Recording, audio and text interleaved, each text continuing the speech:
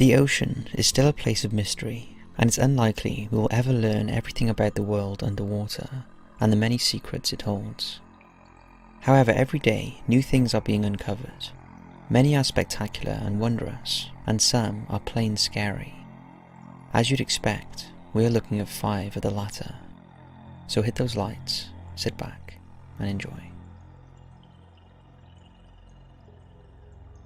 The Skeleton Lake. A shallow lake in the Himalayas, known as Rupkund, may not look like the ideal place to conceal secrets, but this high-altitude glacier lake, located in the Uttarakhand state of India, is the last resting place for hundreds of people, thought to have been killed in a sudden violent hailstorm in the 9th century. The skeletons only became visible at the bottom of the lake for just 1 month out of the year, when the air is warm enough to melt the ice covering them, and they were first spotted in 1942 by a game ranger, although rumours of their existence had been widespread for years. Investigations were carried out, and it was estimated that around 300 human remains lay at the bottom of the lake, along with their tools, shoes, jewellery, and other artefacts.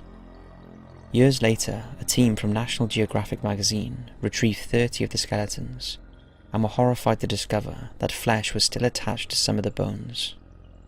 It was also determined that the majority of the remains were of Iranian heritage, with just a few of them from the local population.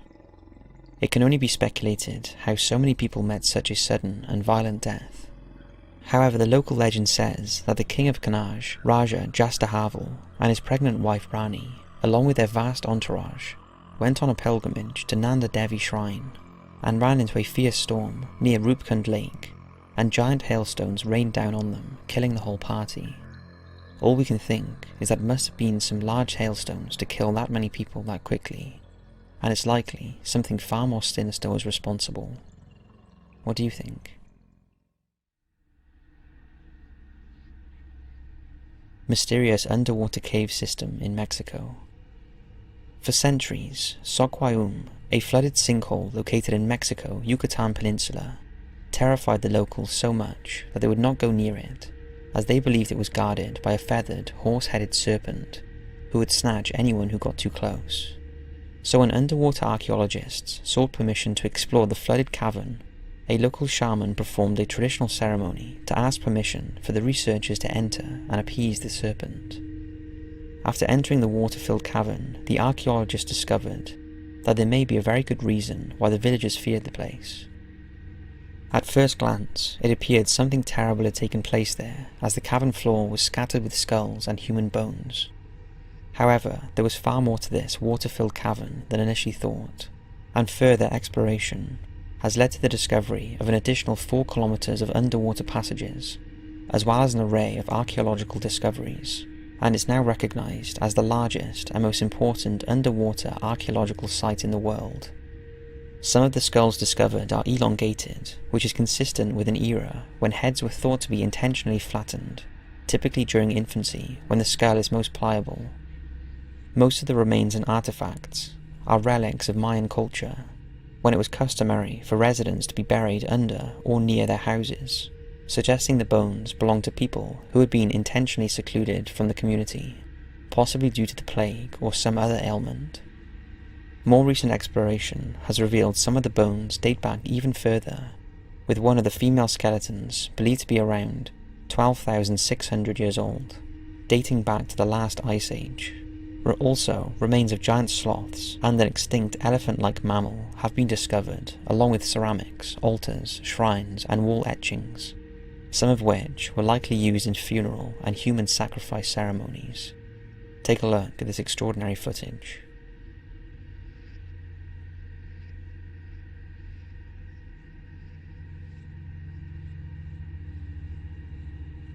It seems that this mysterious and ever-growing cave system holds a lot of secrets, and gives a grim insight into the lives of our ancient relatives, to anyone who is brave enough to explore its murky depths.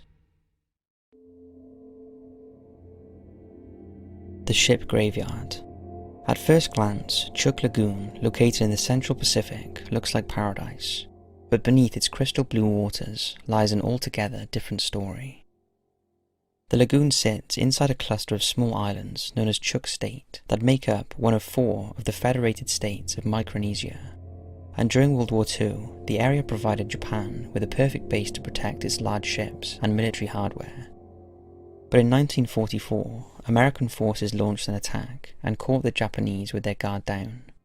And although they responded quickly, it was too late, and over a 2-day bombardment, more than 60 warships and crew ended up on the floor of the lagoon. 2 subsequent attacks in the same year left Chuuk Lagoon a toxic graveyard of sunken ships, leaking vast quantities of oil and gasoline into the water.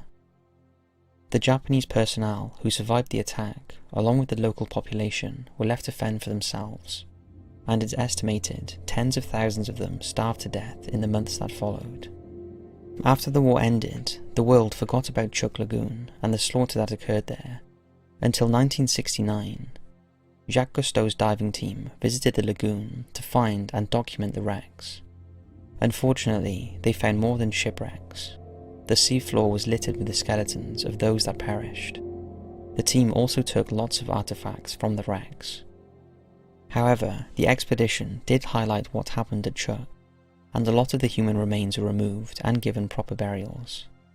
Today, Chuuk Lagoon is known for the best wreck diving in the world, and those lucky enough to go down there will see an array of equipment, including various vehicles, weapons, clothing, and other personal paraphernalia.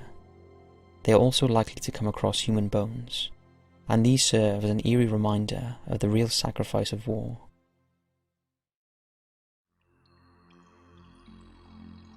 Underwater train cemetery.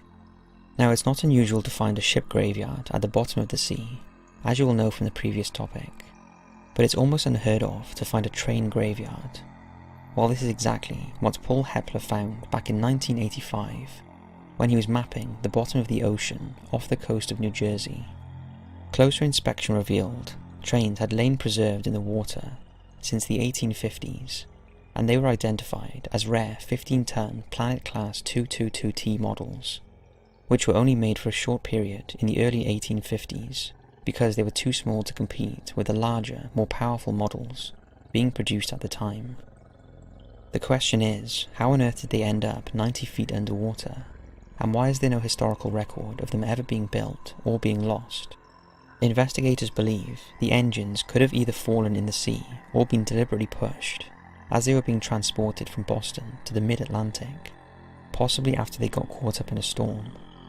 But the truth is, no one really knows, and to date, the mystery of how 2 trains ended at the bottom of the sea is unknown, and they remain in their watery grave until someone decides to bring them to the surface. Pamphilos. The Antikythera wreck is a Roman-era shipwreck dating from the 2nd quarter of the 1st century BC. It was first discovered in 1901 by sponge divers off Point Glyphidia in Greece, and has so far yielded a number of precious artifacts from that era. But without doubt, the most prized and mysterious of these is the Antikythera mechanism, a sophisticated clockwork instrument that modelled the passage of time and the movements of celestial bodies, and has been described as the world's oldest computer, and is the most sophisticated piece of machinery ever recovered from the ancient world, and to date, scientists still have no idea who made it or why. But this wreck is the gift that keeps giving, and in 2016, divers found buried in sediment the first human remains ever recovered from an ancient shipwreck. Marine archaeologist Brendan P. Foley made the discovery, and he believes the bones could hold the important information about the Antikythera mechanism and other mysteries about the ship and our ancient ancestors. The skeleton is well preserved, considering it's over 2,000 years old, and analysis of the remains, which include most of the skull, 2 femurs, and the long bones of the forearm, suggest that they belong to a man aged between 25 and 30 years old. He has been named Pamphilos after the inscription on a cup found in the same wreckage. Take a look at this video of the recovery.